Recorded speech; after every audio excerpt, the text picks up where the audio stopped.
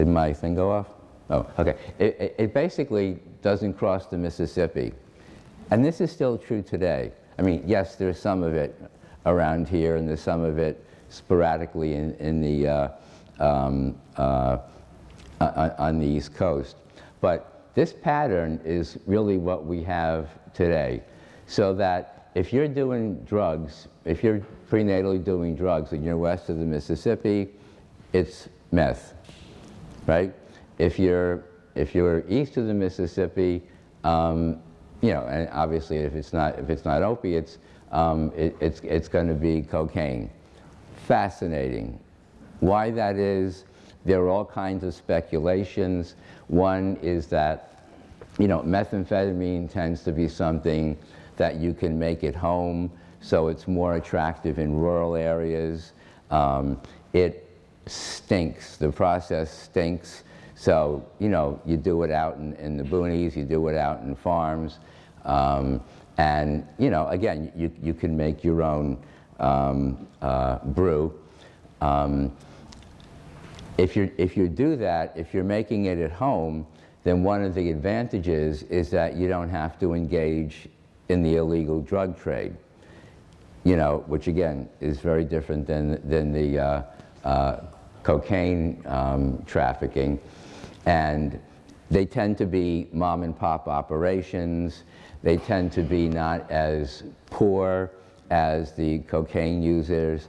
They tend to be white, lower middle class, not lower class. It's a different population. For some reason, and nobody knows why, African Americans appear not to like it. You know, they prefer cocaine over, so it's more of a quote-unquote white drug. But it also has some real dangers to it because the process of making it can cause explosions, fires, and so there have been, you know, quite a number of injuries and deaths reported in kids just because of, you know, being around the process. And in our case, you know, some of the scary things that we saw, you know, we would go to these homes, and because they were making the meth at home, it was in the couches, you know, it was on the walls. There were cases where it would seep into the food in the refrigerator, and the kids would eat the food, right? This was one,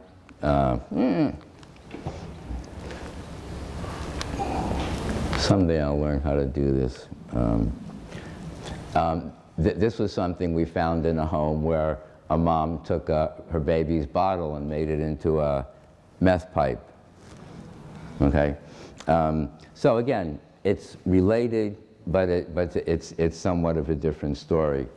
And you know, again, you started to see headlines like this, and not surprising, the media jumped back in, and it was just like cocaine. And when we started seeing the exact same kinds of headlines that we saw with cocaine, you know, generation of meth babies, children of meth users filling foster homes, meth infants called the new crack babies, only future would tell, speed rigs on kids.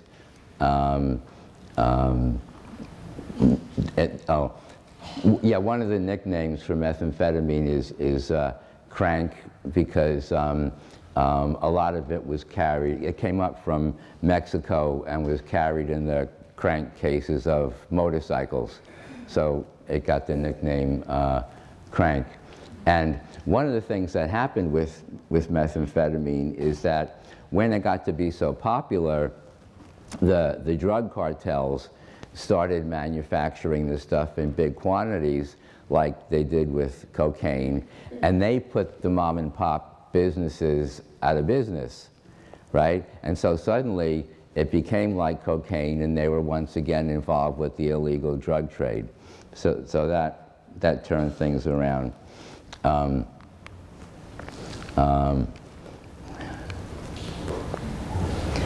One of my favorites, Meth babies could make the crack baby look like a walk in the nursery.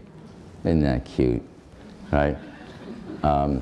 Now, here's another way things get distorted. There was an article that came out, it was a newspaper article, came out of the University of Toronto. And the headlines, right? 1 shot of crystal meth causes birth defects, right? You look at that and you say, that's horrible, right? Birth defects. So you take a look at the study. Well, it's a rat study, and what they did was they injected the methamphetamine directly into the peritoneum, right? Now, that's not exactly what, human mothers do. I mean, that's not the way you take this drug. So it was very, very deceptive, and again, was just one of those ways that things get misled. So we wrote an article that said 1 hit of meth is enough to cause nose defects.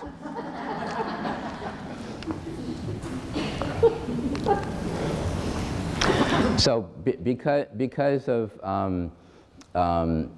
what we had done with the cocaine maternal lifestyle study, we did the same thing basically with methamphetamine. So again, this was another multi-site study headed at Brown, and our sites were Iowa, Oklahoma, California, and Hawaii, and we also had a site in New Zealand. Now, you might ask, why go to New Zealand? Okay? Raise your hand if you saw Lord of the Rings. That's why we went to New Zealand. That's where it was filmed, right? You can't imagine how gorgeous it is down there. Unfortunately, you can't tell the NIH that you want to go to New Zealand because you like the scenery, right? They frown on that kind of science. But there are certain issues and complexities in doing research in the United States that you can overcome by going to different cultures. That's why you do cross-cultural research, right? And, as I've mentioned, the complexities that we see here have to do with things like differences in social class and medical access and child removal. And those things don't happen in New Zealand. New Zealand is what's called a harm reduction country, right? They believe, look, drugs are going to be with us, and let's do what we can to minimize the impact. In all the years I was at the NIH, we were told over and over again, right, you cannot use the term harm reduction, right? We don't believe in harm reduction, right? Just say no to drugs. So it turns out in New Zealand, no matter who you are, no matter what social class you are, you have socialized medicine, and the socioeconomic level is much more even there. I mean, you don't have the discrepancies that you have in the U.S., and it's not the case that the quote-unquote poor people are the ones that are using drugs during pregnancy. The second reason we went there is because they do not believe in any stretch of removing babies from their moms, putting their babies in foster care because of substance use during pregnancy. They might call in social services at 2-3 years of age if there's evidence of abuse or neglect, but certainly there's no child removal at birth. And the third reason is because the New Zealanders pride themselves on being very good chemists, and they make their own methamphetamine, and the nickname for it down there is P, which stands for pure. So it doesn't have a lot of the other kinds of ingredient, so to speak, that you find in the States. It's you know, the drug itself is much more pure. And if you see the, you know, all of the newspapers headlines, you know, they don't even refer to methamphetamine. It's, you know, there was another P arrest, or P does this, or P does that.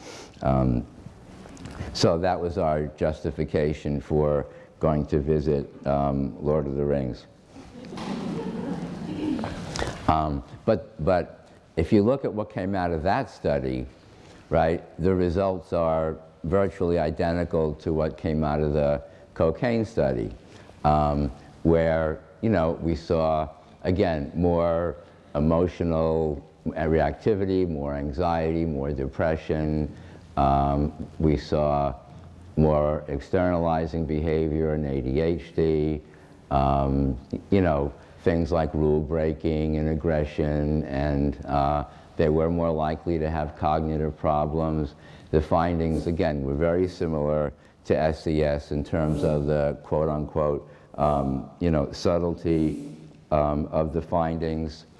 But like MLS, same story, same kind of caution about the role of the caregiving environment, that these factors where really had to do with the interplay of the drug and the kind of environment.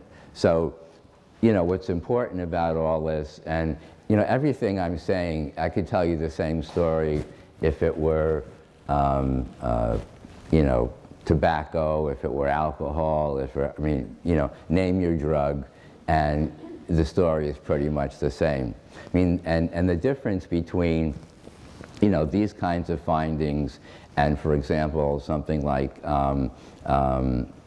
tobacco is that, you know, it's easier to do studies of tobacco in non-poor, non-low socioeconomic families, right?